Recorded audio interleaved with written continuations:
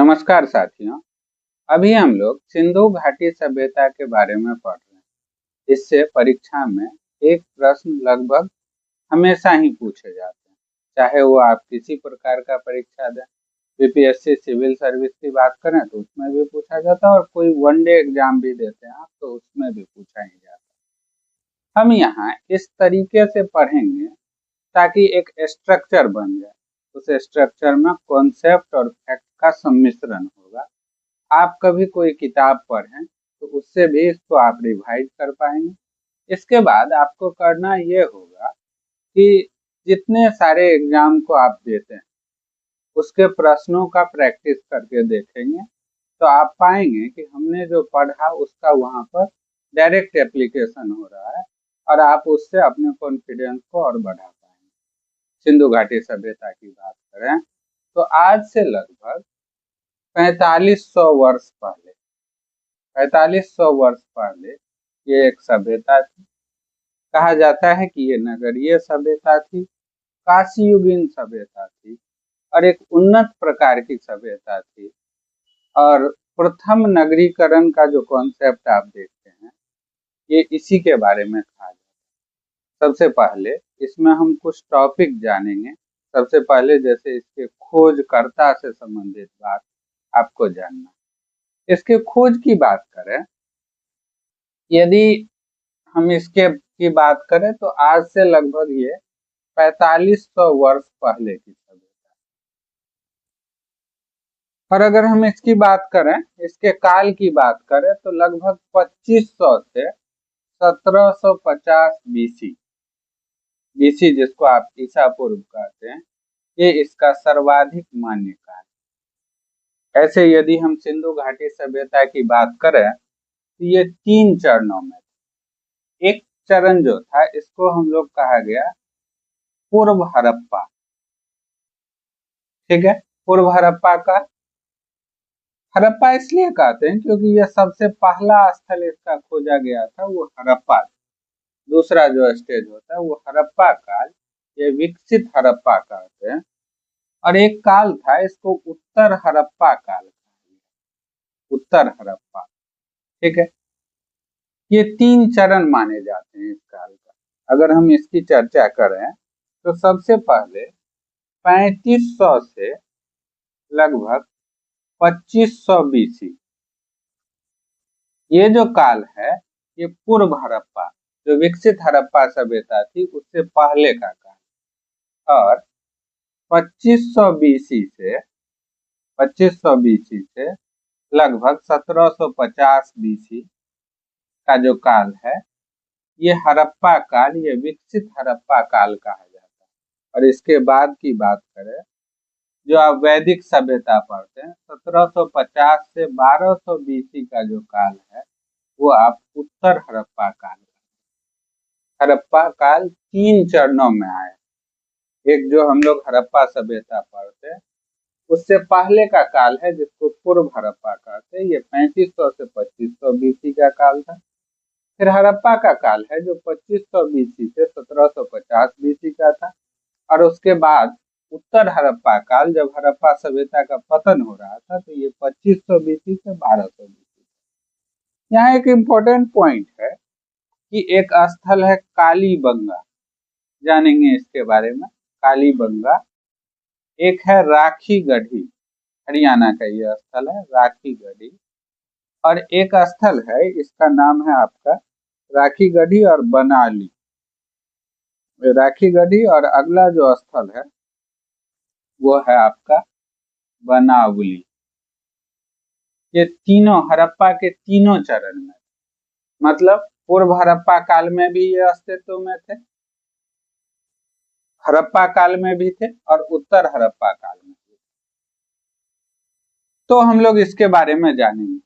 हड़प्पा सभ्यता की बात करें तो आज से 4500 वर्ष पहले इसका काल जो था वो सर्वाधिक मान्य काल 2500 से 1750 बीसी के आसपास माना जाता है। अब इसको हम लोग एक स्ट्रक्चर वे में पढ़ेंगे। सबसे पहले इसकी खोज की बात करें, इसके खोज से रिलेटेड कुछ विद्वान हैं, जैसे आप एक दो लोगों के बारे में जानते होंगे। कि दयाराम साहनी थे, राखल दास बनर्जी साहब थे। तो सबसे पहले इसके खोज की बात करें तो 1826 में 1826 में चार्ल्स मैसन साहब थे, इन्होंने हड़प्पा टीला की खोज की। चार्ल्स मैसन साहब, इन्होंने जिसकी खोज की ये था हड़प्पा टीला। हड़प्पा टीला की खोज 1826 में चार्ल्स मैसन साहब ने की। इसके बाद कनिंघम साहब, जिन्हें भारतीय पुरातत्व का पिता कहते हैं, ये आर्कियोलॉजिकल सर्वे ऑफ इंडिया के चेयरमैन भी रहे थे, ये कनिंघम साहब थे, इन्होंने इस पर काम किया। ये भारतीय पुरातत्व के पिता माने जाते हैं। तो 1853 ईस्वी में हड़प्पा सभ्यता की खोज के लिए कनिंघम साहब का भी प्रयास किया गया।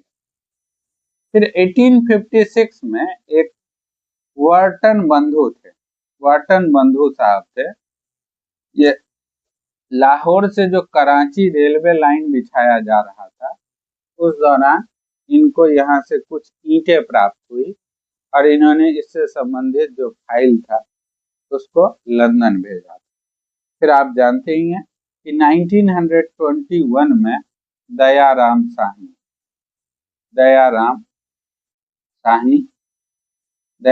साहनी और 1922 में आर.डी. बनर्जी यानी राखल दास बनर्जी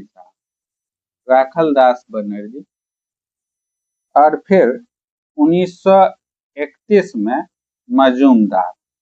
आर.सी. मजूमदार, इन्होंने इस पर काम किया। ठीक है, तो ध्यान रखिएगा कि इसके अगर खोज की बात करें तो शुरुआत चार्ल्स मैसन के द्वारा हड़प्पा टीला की खोज की गई 1853 में। कनिंघम साहब, जिन्हें भारतीय पुरातत्व का पिता भी कहते हैं, ये आर्कियोलॉजिकल सर्वे के अध्यक्ष रहे थे।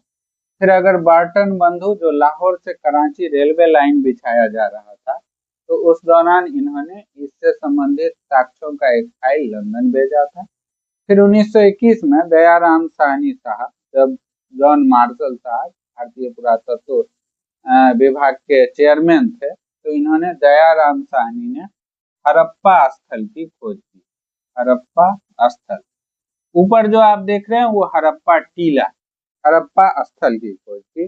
फिर राखल दास बनर्जी साहब ने 1922 में मोहनजोदारो इसकी खोज की। और आप जानते होइएगा कि इसे 1980 में मोहनजोदड़ो को 1980 में यूनेस्को के विश्व विरासत स्थल में शामिल किया गया। जैसे हाल में एक प्रश्न पूछा गया था कि धौलावीरा जब यूनेस्को के विश्व विरासत स्थल में शामिल हुआ, तो इससे संबंधित प्रश्न पूछा गया था कि धौलावीरा की जल निकासी व्यवस्था किस प्रकार। तो खोज से संबंधित ये बात होगी। खोज के बाद अगर हम बात करें तो इसके संस्थापक, दूसरा जो स्ट्रक्चर आपका है वो इसके संस्थापक से संबंधित कहा जाता है कि इसके संस्थापक चार प्रजातियां मानी जाती हैं जिन्होंने इसके स्थापना की। उनमें सर्वाधिक मान्य जो है वो द्रविड़ प्रजाति के लोग को उसको माना जाता है। एक था भूमध्य सागरीय प्रजाति, दूसरा जो है वो ऑस्ट्रोलाइट, ठीक है। इसके बाद मंगोलाइट और अल्पाइन माना जाता है कि इसकी स्थापना में इन चार प्रजातियों के लोग शामिल हुए थे। इनमें भूमध्य सागरीय में द्रविड़ जो लोग हैं, सर्वाधिक मान्य सिद्धांत यह है कि भूमध्य सागरीय प्रजातियों में जो द्रविड़ लोग हैं वो इस सिंधु घाटी सभ्यता के संस्थापक माने जाते हैं। अब इसके नामांकन की बात करें तो कहीं कहीं पे आप देखते हैं कि इसका नाम सिंधु घाटी सभ्यता है। अगर नामांकन की चर्चा की जाए तो आप इसके कई नाम हैं। सामान्यतः हम कहें तो 3 नाम है। एक को कहते हैं IVC, जिसको इंडस वैली सिविलाइजेशन कहते हैं, क्योंकि यह सभ्यता सिंधु नदी के किनारे विकसित हुई थी, इसलिए इसे सिंधु घाटी सभ्यता कहते हैं। दूसरा जो नाम है वो हड़प्पा सभ्यता है। इतिहास में ऐसा माना जाता है कि जो सबसे पहला स्थल है उसके नाम पर इसको हड़प्पा सभ्यता भी कहा जाता है। और तीसरा जो इसका नाम है वो मेलुहा है। मेलुहा, जो मेसोपोटामिया के लोग थे वो इसे मेलुहा के नाम से जानते हैं। मेसोपोटामिया के लोग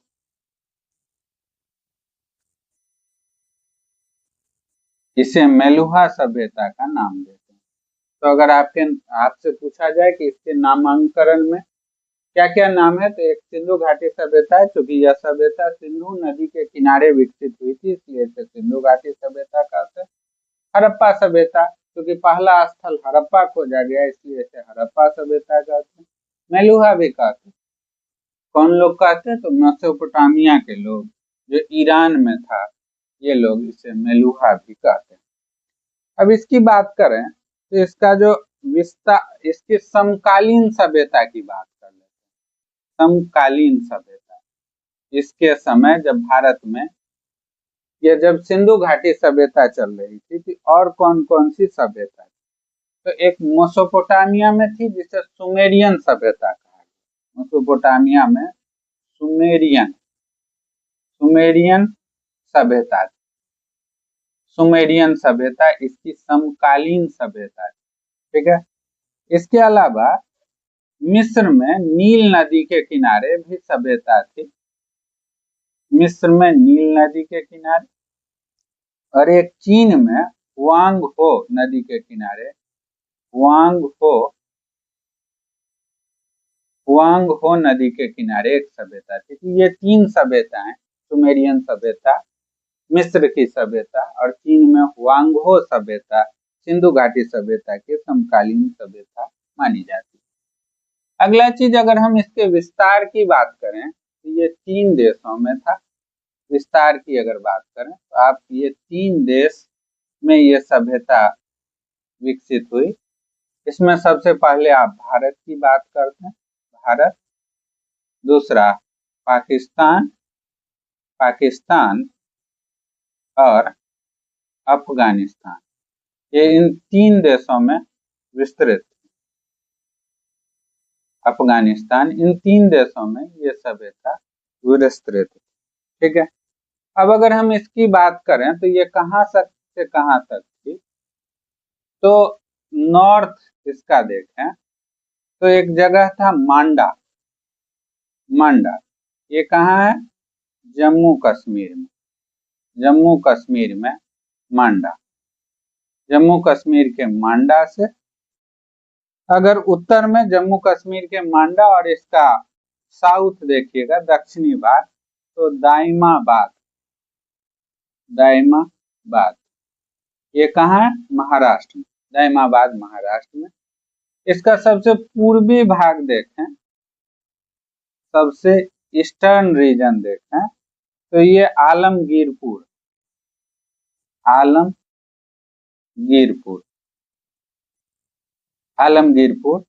ये यूपी का एक जगह है यहाँ। और इसका सबसे पश्चिमी भाग देखें तो सुख्ता गैंडोर, ये अफगानिस्तान का है। सुख्ता गैंडोर, ये सबसे पश्चिमी भाग। शुरुआत में ऐसा माना जाता था कि ये सभ्यता जो थी वो त्रिभुजाकार थी, लेकिन अभी के खोज से यह पता चला है कि यह सभ्यता चतुर्भुजाकार क्षेत्र में फैली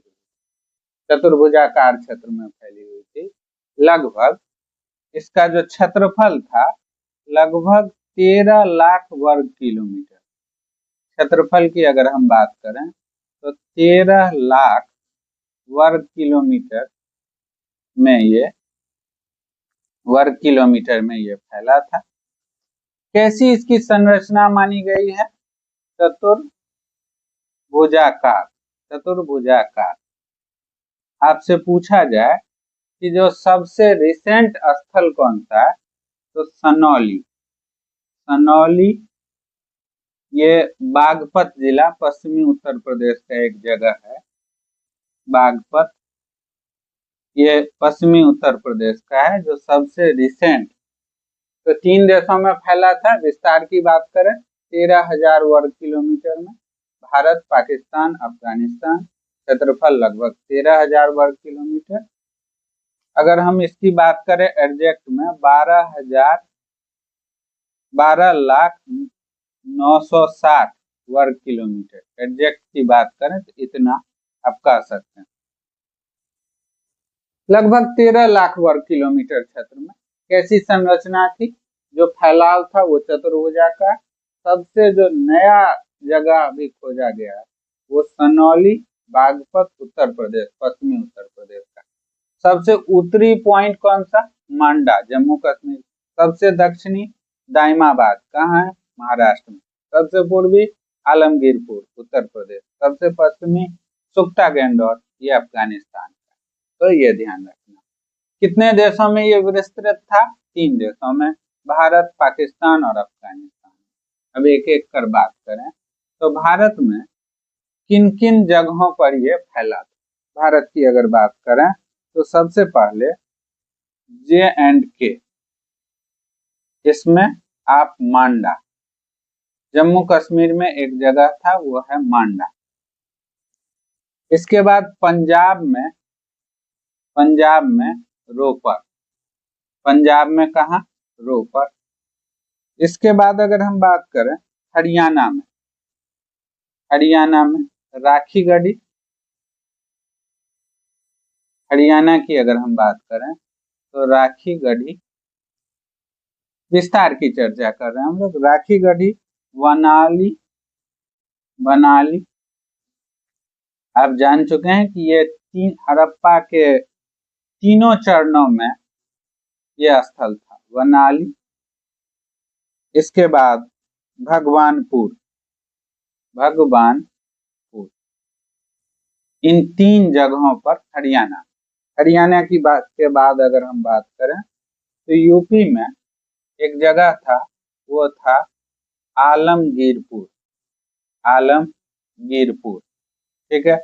एक जगह है इसका नाम है हुलास। यूपी में 2।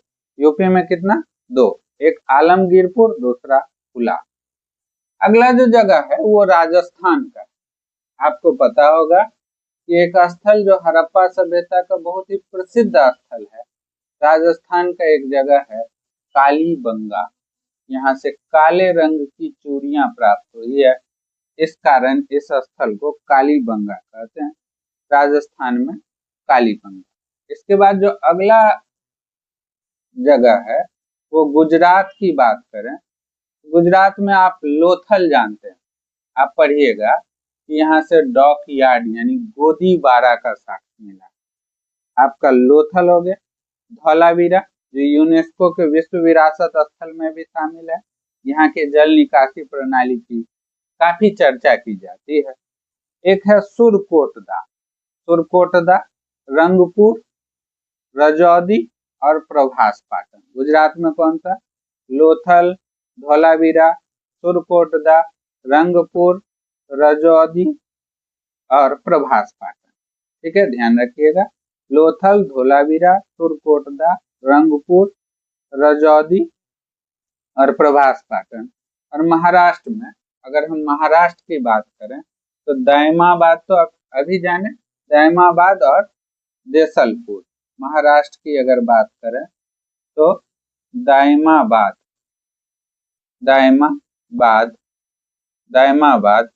और देसलपुर। ये कुछ स्थल है, दायमाबाद और देसलपुर। अब अगर हम पाकिस्तान की बात करें, भारत के बाद अगर हम पाकिस्तान की बात करें तो आप सबसे पहले जान ही चुके हैं कि पाकिस्तान में एक जगह था हड़प्पा। सबसे पहला खोजा गया स्थल हड़प्पा, पंजाब के साहिवाल जिला में। कहा जाता है कि रावी नदी के तट पर यह स्थित है हड़प्पा। दूसरा जो है वो है मोहनजोदारो। मोहनजोदारो मोहनजोदारो ठीक है, लरकाना जिला, पंजाब प्रांत का लरकाना जिला सिंधु नदी के तट पर स्थित है। और इसके बाद चान्हो दरो चान्हो दरो लिपस्टिक का साक्ष्य कहते हैं कि यहाँ से प्राप्त हुआ, चान्हो दरो से। आमरी आमरी और कोट दीजी, आमरी और कोट दीजी, ये सारा सिंध प्रांत में चान्हो दरो, आमरी और कोट दीजी। ये हड़प्पा की बात करें तो साहिवाल जिला में किस नदी के किनारे है? रावी नदी के किनारे, ठीक है, रावी नदी के किनारे स्थित है। ये मोहनजोदारो की बात करें तो ये सिंधु नदी के तट पर स्थित है, लरकाना जिला पंजाब में स्थित है, पंजाब प्रांत है। और ये चान्हो दरो, आमरी और कोट दीजी जो है वो आपका सिंध प्रांत में है, तो ध्यान रखेंगे इसको, सिंध प्रांत में स्थित। एक बार क्वेश्चन पूछा गया था कि निम्न में से कौन सा हड़प्पा स्थल नहीं है, उसमें चान्हो दरो भी एक ऑप्शन में दिया गया, यूपीएससी के प्रीलिम्स में, यूपीएससी 2019 के प्रीलिम्स में पूछा गया। तो इन स्थलों से आप परिचित हो जाएं, पाकिस्तान में हड़प्पा, मोहनजोदड़ो, चान्हो दरो, आमरी और कोट दीजी। इसके बाद पाकिस्तान के बाद अगर हम अफगानिस्तान की बात करें तो सोरतोघई अफगानिस्तान अफगानिस्तान में दो स्थल जो आपको ध्यान रखने हैं, मुंडी गर्क और सोरतोघई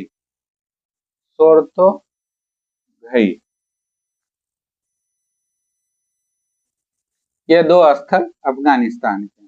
क्षेत्रफल की बात करें तो लगभग 13 लाख वर्ग किलोमीटर या 12,99,600 वर्ग किलोमीटर एग्जैक्ट अगर हम बात करें तो ये क्षेत्रफल था। कैसी संरचना थी? चतुर्भुजाकार संरचना मानी जाती है। सबसे नया स्थल जो सिंधु घाटी सभ्यता का खोजा गया तो सनौली है, जो यूपी बागपत, पश्चिमी उत्तर प्रदेश यूपी में ये बागपत जिला है, वहां पे ये सनौली नामक स्थल है जो सबसे नया स्थल खोजा गया। अब इसके बाद हम अगर सिंधु घाटी सभ्यता को जानना चाहते हैं तो सिंधु घाटी सभ्यता के सामाजिक व्यवस्था के बारे में आपको जानना पड़ेगा। अगर हम इसके सामाजिक व्यवस्था की बात करें, अब इसी स्ट्रक्चर में हम इसको पढ़ेंगे। सामाजिक व्यवस्था की बात करें तो समाज का जो विभाजन था वो 6 वर्गों में, समाज 6 वर्गों में विभाजित।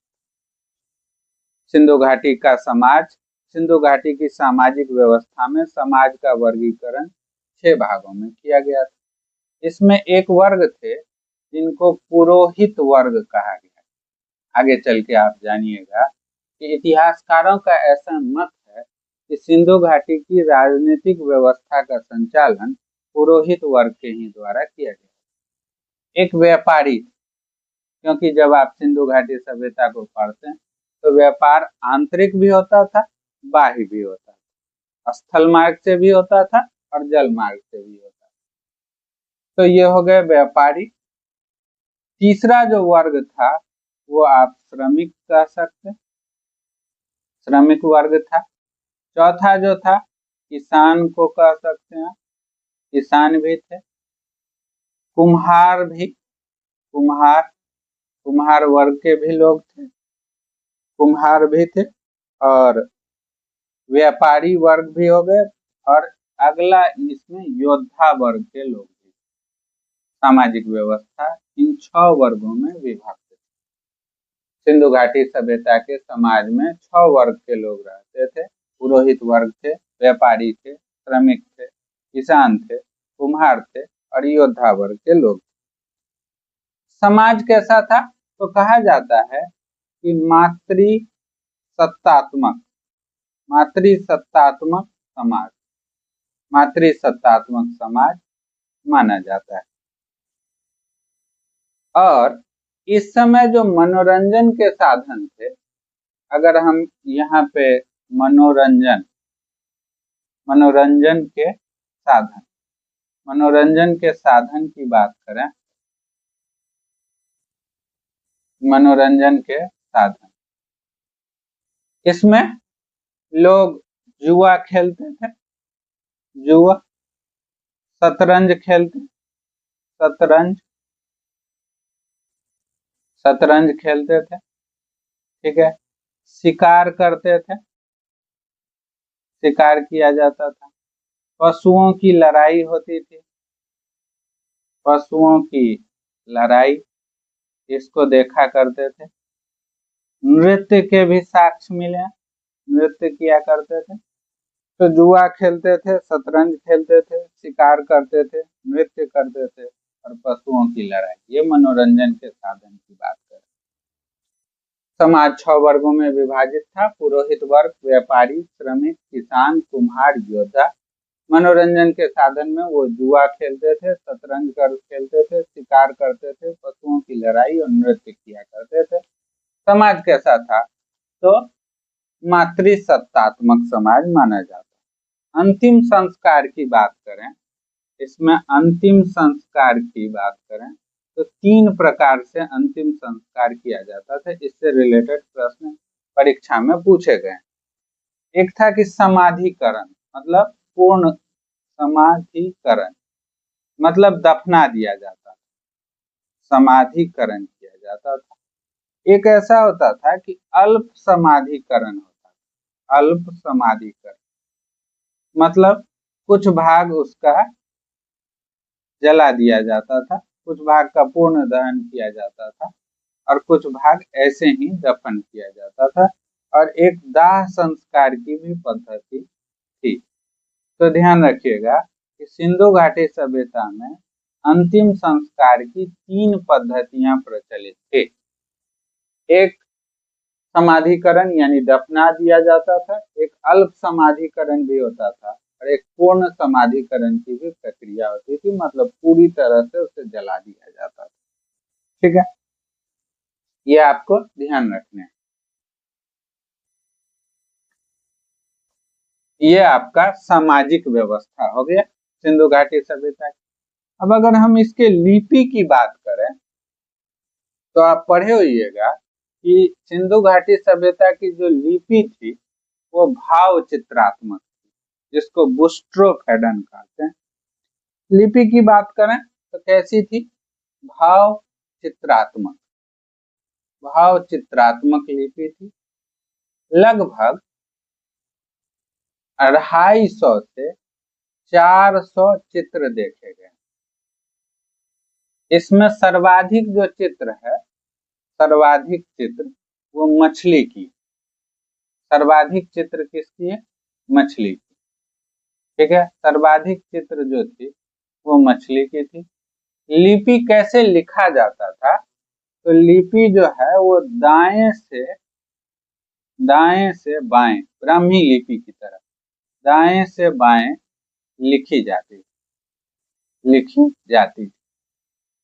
अब इसको पढ़ा नहीं जा सका है, तो ये अपठनीय, अपठनीय सिंधु घाटी सभ्यता की जो लिपि है वो अभी तक पढ़ी नहीं जा सकी है, यानी अपठनीय। ठीक है, कैसी लिखी जाती थी? दाएं से बाएं। सर्वाधिक जो चित्र है वो किसकी है? मछली की। हाँ, और एक और चीज ध्यान रखिएगा, यू आकार का, मछली और यू आकार जो है वो सर्वाधिक इन चित्रों में प्रयोग किए गए। अब धौलावीरा से एक जगह है, गुजरात में स्थित है धौलावीरा, धौलावीरा से 10 प्रतीकों वाला एक अभिलेख मिला। 10 प्रतीकों वाला अभिलेख, धौलावीरा से 10 प्रतीकों वाला अभिलेख हमें प्राप्त हुआ है। ध्यान रखिएगा, इस अभिलेख की क्या विशेषता है? तो इसमें 10 लिपि के जो प्रतीक हैं वो धौलावीरा से प्राप्त अभिलेख में हमें प्राप्त हुआ। तो इस लिपि के बारे में हमने जाना। कैसा? भाव चित्रात्मक। कितने चित्र हैं? 250 से 400। सर्वाधिक जो चित्र प्रयोग किया गया वो मछली और यू आकार का है। कैसे लिखी जाती थी? ब्राह्मी लिपि के समान ही दाएं से बाएं लिखी जाती थी। अभी तक इसको पढ़ा नहीं जा सका, यानी ये अपठनीय है। और धौलावीरा से एक अभिलेख प्राप्त हुआ है जिसमें 10 प्रतीकों का प्रयोग किया गया। अब आगे अगर हम सिंधु घाटी सभ्यता के राजनीतिक व्यवस्था की बात करें, राजनीतिक व्यवस्था, इसमें इतिहासकारों का अलग अलग मत, लेकिन जो सर्वाधिक मान्य मत है कि जो पुरोहित वर्ग के लोग थे वही राजनीतिक व्यवस्था के शीर्ष पर स्थित थे। तो इतिहासकार में अगर हम केंद्रीय सत्ता की बात करें, केंद्रीय सत्ता, इसके शीर्ष पर पुरोहित वर्ग के लोग स्थापित थे, ऐसा ज्यादातर इतिहासकारों का मत है। केंद्रीय सत्ता के शीर्ष पर कौन लोग स्थित थे? तो पुरोहित वर्ग के लोग स्थित थे, ऐसा ज्यादातर इतिहासकारों का मत है। लेकिन इससे संबंधित 4 सिद्धांत, 4 अलग अलग इतिहासकार, एक पिग्गट और कोसाम्बी, पिग्गट और डीडी कोसाम्बी जानते होइएगा। इतिहासकार डीडी कोसाम्बी के अनुसार, पिग्गट महोदय और डीडी कोसाम्बी के अनुसार, राजनीतिक व्यवस्था के शीर्ष पर स्थित थे पुरोहित वर्ग के लोग।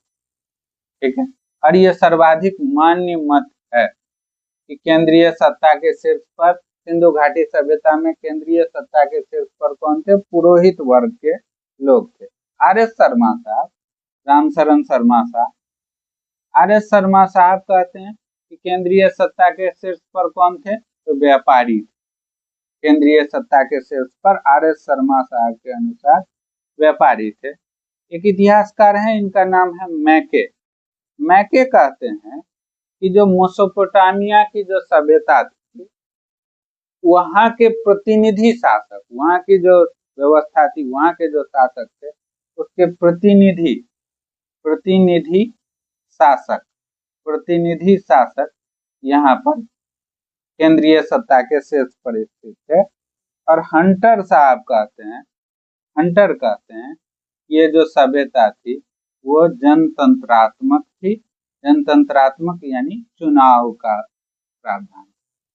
केंद्रीय सर्वाधिक मान्य मत, राजनीतिक व्यवस्था की बात करें, जैसे आपने सामाजिक व्यवस्था के लिए जाना कि समाज मातृसत्तात्मक था, समाज 6 वर्गों में विभक्त था, उसमें पुरोहित लोग थे, व्यापारी थे, योद्धा थे, श्रमिक थे, किसान थे, ये और कुम्हार थे, ये 6 वर्गों में विभाजित था। वैसे ही राजनीतिक व्यवस्था में केंद्रीय सत्ता के शीर्ष पर पुरोहित वर्ग थे, ऐसा इतिहासकारों का सर्वाधिक मान्य मत है। और इतिहासकार जो 4 सिद्धांत हैं उसमें पिग्गट और कोसाम्बी महोदय कहते हैं कि पुरोहित वर्ग इसके शीर्ष पर थे, आर.एस. शर्मा कहते हैं कि व्यापारी वर्ग थे, मैके कहते हैं कि प्रतिनिधि शासक थे, और हंटर का कहना है ये जो व्यवस्था थी वो जनतंत्रात्मक थी। अब अगर हम धर्म की बात करें, धार्मिक व्यवस्था की बात करें, सिंधु घाटी सभ्यता के अगर धार्मिक व्यवस्था, धर्म की अगर हम चर्चा करें, तो धर्म जो था वो 2 प्रकार का था। एक को कहा गया ये प्रकृति पूजक थे, प्रकृतिवादी था, प्रकृतिवादी अवधारणा चल रही थी। और दूसरा व्यक्तिवादी अवधारणा भी थी। ऐसा माना जाता है कि व्यक्तिवादी अवधारणा भी, दोनों प्रकार की अवधारणा, व्यक्तिवादी अवधारणा। ध्यान रखिएगा कि मूर्ति पूजा का सबसे पहला साक्ष्य सिंधु घाटी सभ्यता से ही प्राप्त होता है। बड़ा इंपॉर्टेंट सा बात है कि मूर्ति पूजा का सबसे पहला साक्ष्य किससे प्राप्त होता है? तो इंडस वैली सिविलाइजेशन यानी सिंधु घाटी सभ्यता से ही प्राप्त होता है। लेकिन यहाँ पर मंदिर निर्माण के कोई साक्ष्य नहीं मिले, जबकि धार्मिक प्रतीक चिन्हों का उपयोग किया गया है। जैसे स्वास्तिक चिन्ह की बात करें तो वो सिंधु घाटी सभ्यता से हमें प्राप्त होता है। पशुपति शिव की प्रतिमा भी मिली है, मातृ देवी की भी प्रतिमा मिली है।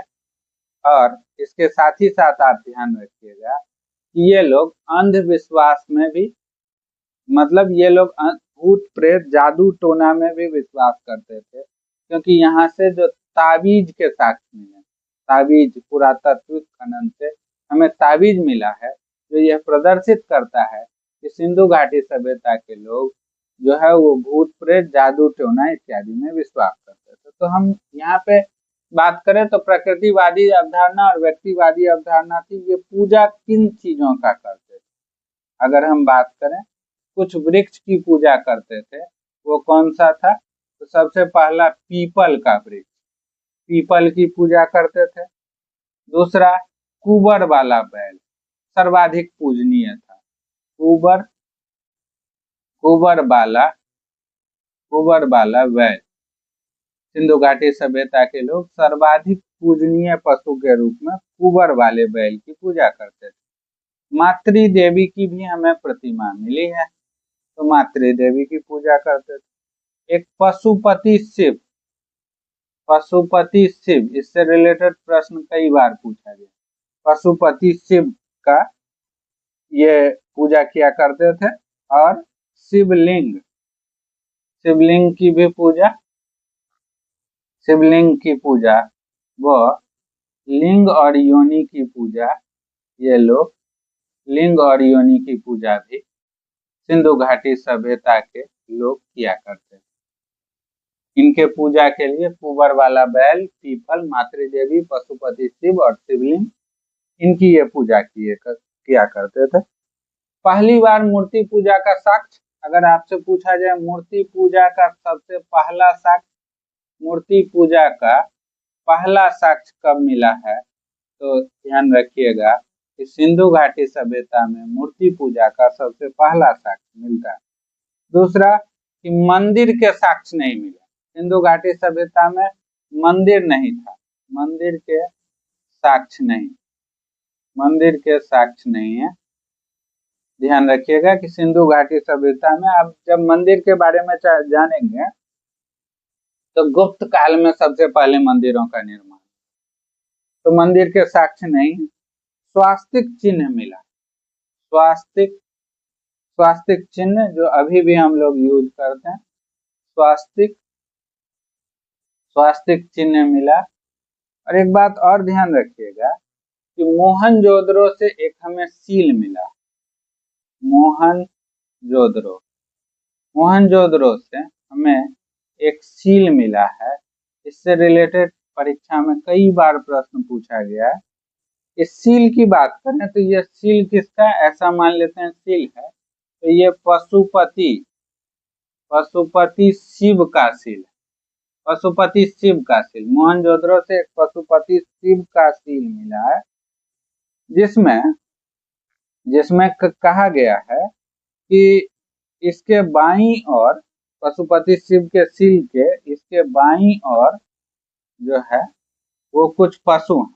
बाईं ओर कौन से पशु हैं? तो गैंडा और भैंसा। पशुपति शिव के बाईं ओर गैंडा व भैंसा, ठीक है, गैंडा और भैंसा पशु के चित्र हैं। इसके दाईं ओर हाथी, दाईं ओर की बात करें तो दाईं ओर जो है वो हाथी, दाईं ओर हाथी व बाघ, हाथी व बाघ हैं। और इसके चरण में, शिव जी के चरण में जो है वो दो हिरण है। कई बार इससे रिलेटेड क्वेश्चन पूछा गया। क्या इसमें समझना, मोहनजोदड़ो से एक सील हमें प्राप्त हुआ है जिससे हमें सिंधु घाटी सभ्यता के धार्मिक व्यवस्था की कुछ जानकारी प्राप्त होती है। इस सील में, ये सील किसका? तो पशुपति शिव का। इसके बाईं ओर गेंडा व भैंसा, इस सील में जो पशुपति शिव का चित्र है, इसके दाईं ओर, मतलब बाईं ओर गेंडा और भैंसा, दाईं ओर हाथी और बाघ है, इसके चरण में दो हिरण है। तो ये इसकी धार्मिक व्यवस्था मानी जाती है। और इससे ताबीज भी प्राप्त हुआ। ताबीज बताता ये लोग अंधविश्वासी भी थे, प्रेत जादू टोना इन सब से रक्षा के लिए ताबीज का भी उपयोग करते थे। सर्वाधिक पूजनीय पशु कौन सा था? ऊबर वाला बैल था। मूर्ति पूजा का पहला साक्ष्य मिलता है, मंदिर का साक्ष्य नहीं है, और स्वास्तिक चिन्ह भी हमें प्राप्त होता है। अभी तक हम लोग इसका उपयोग करते हैं। अब अगर हम इसके अर्थव्यवस्था की बात करें, सिंधु घाटी सभ्यता के अगर हम अर्थव्यवस्था की बात करें, अर्थव्यवस्था में का जो आधार था, अगर इसके अर्थव्यवस्था की बात करें तो इसके तीन स्तंभ क्या क्या हो गए? तो पहला जो था वो कृषि, बड़ा इंपॉर्टेंट, सबसे प्रमुख था कृषि। दूसरा जो था, दूसरा अगर हम बात करें तो व्यापार था। व्यापार आंतरिक भी होता था और बाह्य भी होता था। और तीसरा जो था वो था पशुपालन। यहाँ से कई बार क्वेश्चन पूछे गए। कृषि की अगर बात करें तो ये मुख्य व्यवसाय था, और कृषि में सबसे पहले कृषि वाला बात हम कर लें। कृषि में जो मुख्य फसल था, यहाँ से कई बार प्रश्न पूछे गए हैं।